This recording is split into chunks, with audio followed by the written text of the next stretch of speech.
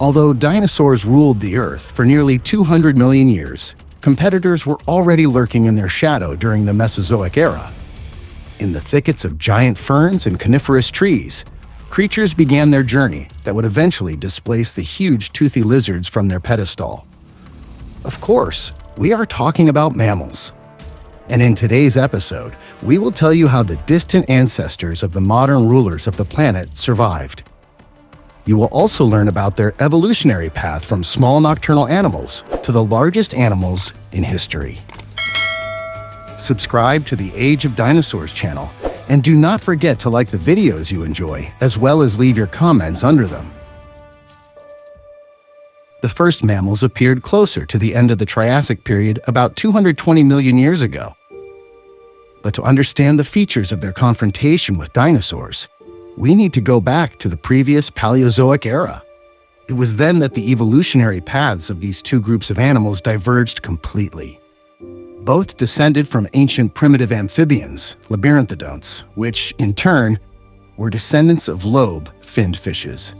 It was from fishes that labyrinthodonts received a flat skull, in which there were openings only for eyes and nostrils. The school of amphibians makes up almost a third of their body. This is caused by the absence of developed lungs and movable ribs. For breathing, they have to open their mouths as wide as possible. This can be seen in the example of modern frogs. In essence, amphibians have practically stopped in development because of this and have not changed much since the time of dinosaurs. And creatures that fully mastered pulmonary breathing, as a result, received many advantages. In animals that switched to a more advanced breathing system, the shape, and most importantly, the size of the skull changed. Also, openings appeared in it for the exit of jaw musculature. At this moment, the division began, which later led to the appearance of dinosaurs and mammals. In one group of living beings, there were two such openings in the skull, and they, accordingly, were called diapsids. And animals with one opening in the skull, intended for the exit of jaw musculature, are called synapsids. Also, diapsids developed a system for replacing broken or lost teeth with new ones. But this option does not provide for precise fitting of teeth to each other. Therefore, diapsids could not develop cutting-type teeth. In addition, diapsids gradually began to switch to walking on two legs. In many species, the front limbs almost disappeared, and such a group as snakes completely abandoned legs.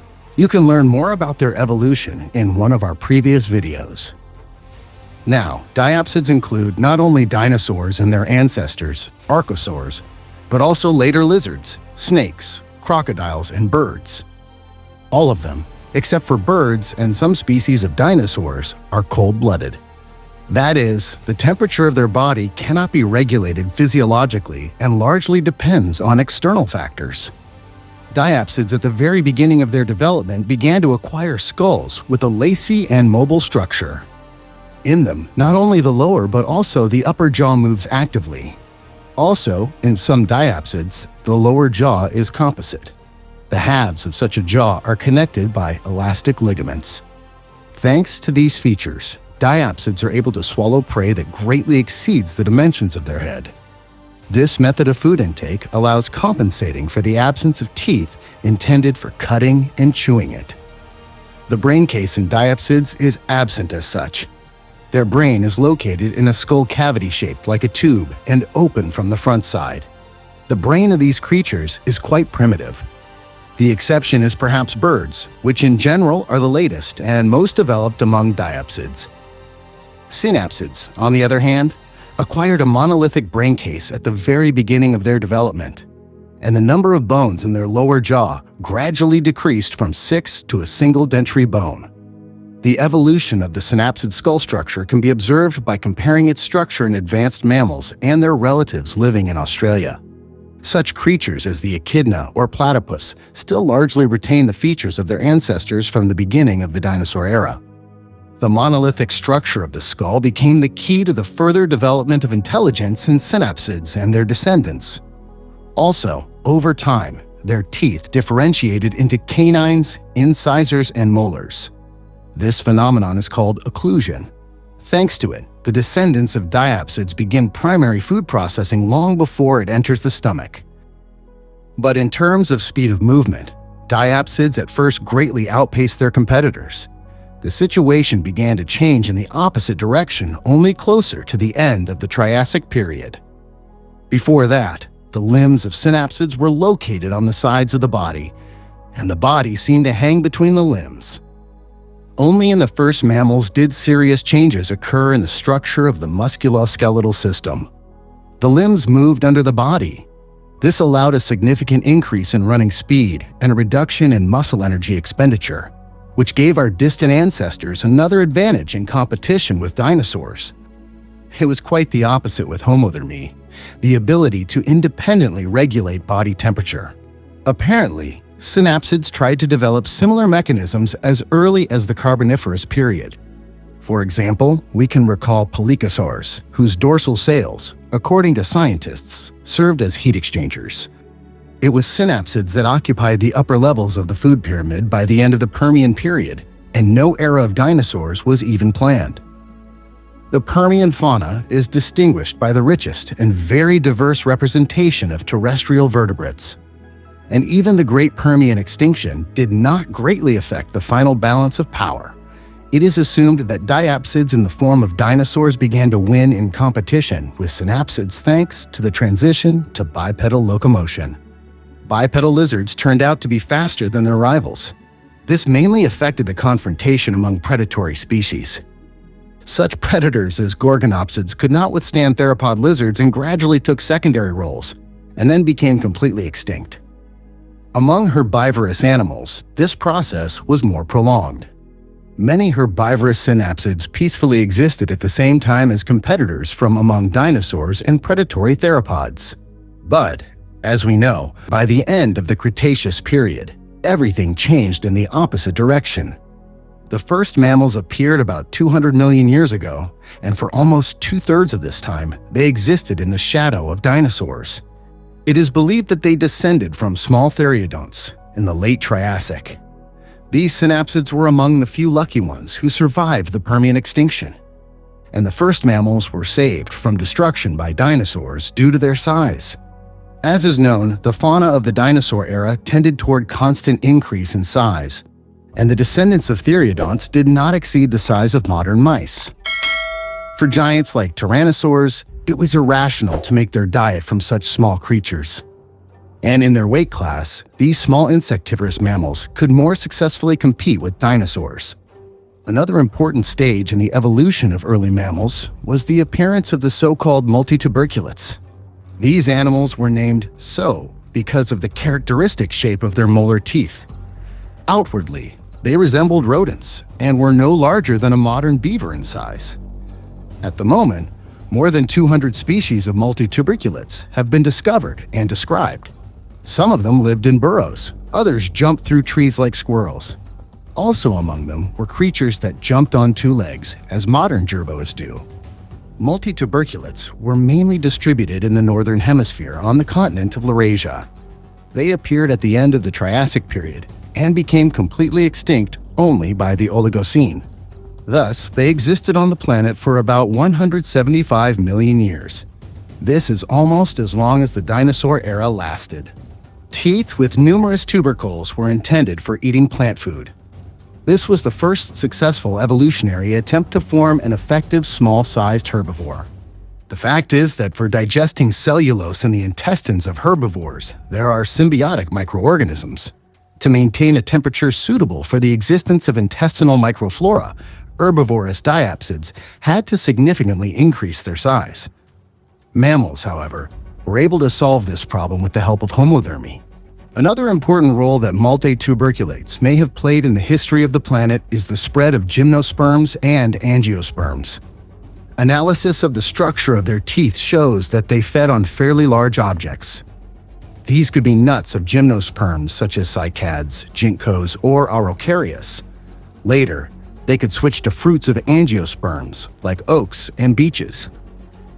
As mentioned above, all carnivorous mammals of the dinosaur era were very small in size. But closer to the end of the Jurassic period, their own giants appeared among them. We are talking about triconodonts, which were no larger than a cat in size. But even with such small dimensions, they became the first mammals to try to become a threat to dinosaurs. It is believed that newborn lizards were desirable prey for triconodonts. Small dinosaurs had a cartilaginous skeleton and were low mobility, especially at night. Their sizes rarely exceeded the dimensions of a chicken.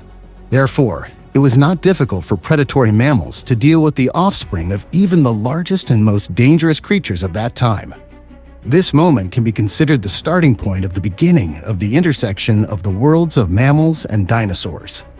Not so long ago, these assumptions were confirmed by material evidence. Chinese scientists described a Cretaceous triconodont, Repenomamus. The length of its body was more than 1 meter, and it weighed up to 14 kilograms.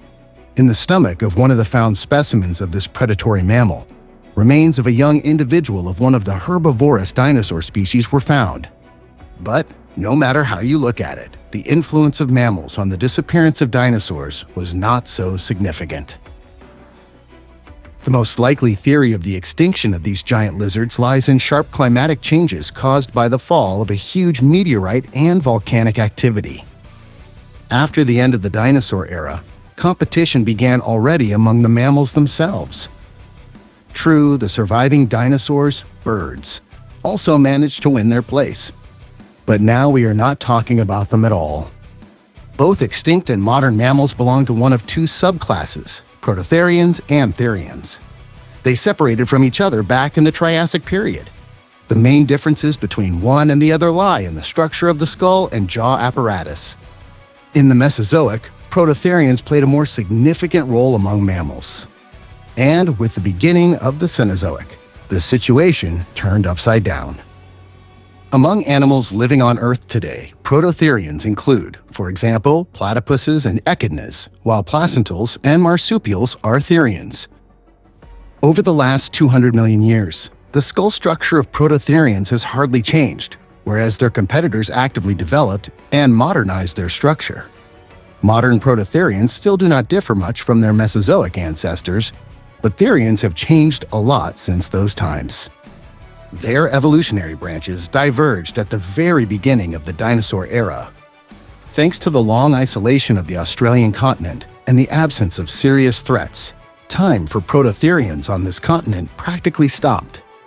But Therians split into marsupials and placentals at the end of the Cretaceous or the beginning of the Cenozoic. This is indicated by the fact that late Cretaceous placentals still retain the so-called marsupial bone. The separate development of marsupials and placentals was also affected by the division of continents. For some reasons, placental animals began to predominate in the northern block of continents, and marsupials in the southern. The harsher living conditions in the northern hemisphere contributed to the progression of brain and central nervous system development in placentals. Today, marsupials are more primitive creatures in terms of brain development. But, at the same time, from the point of view of species survival, it is marsupiality that is more advantageous. In case of danger, the female can simply throw the cubs out of the pouch, saving her own life. She can conceive cubs again immediately after the birth of the previous ones. The prolonged gestation of offspring by placental animals, in such a case, threatens both the mother and the cubs. In marsupial cubs at early stages, the musculature is more developed. It is needed for sucking mother's milk. This slows down the development of the skull and therefore the brain. Thus, placentals have higher intelligence and adaptability. In general, the further evolution of mammals proceeded very actively and often took very unusual forms. Modern methods of studying animal deoxyribonucleic acid allow determining the time of their separation from common ancestors and establishing kinship between different animals. Such studies say that the closest relatives of such giants as elephants are hyraxes, similar to rodents, as well as dugongs and manatees. This group also includes aardvarks, which outwardly resemble anteaters or armadillos more, as well as tenrecs, otters, and shrews. It is surprising that odd-toed ungulate herbivores are closer to carnivores than to even-toed ones. It can be said that horses are evolutionarily closer to cats and dogs than to cows. but cows themselves have common ancestors with whales and dolphins. In general, now all mammals are divided into 4 large groups that emerged as the class developed. Xenarthrans, which translates from Greek as strangely jointed. This includes sloths, armadillos, and anteaters. Afrotherians, the relatives of elephants described above. Euarchontoglires, rodents, lagomorphs, primates including humans, and their relatives, colugos and tree shrews. Laurasiatherians, bats, insectivores, carnivores, even toad ungulates, which include cetaceans and odd-toed ungulates. In the course of their development, mammals have gone through a long and complex path from tiny creatures surviving among dinosaurs to real giants and the current rulers of the planet. What the further history of our class will be, we can only guess. Perhaps even in our shadow, future competitors are already raising their heads, waiting for a convenient opportunity to push mammals off the pedestal. In conclusion of the video, as per tradition, we express gratitude to the viewers who watch all our episodes to the very end. If you want to know more about different species of dinosaurs and mammals, as well as other living organisms from different eras, we recommend paying attention to other materials posted on the Age of Dinosaurs channel. In addition, they talk about modern environmental problems and human relationships with nature.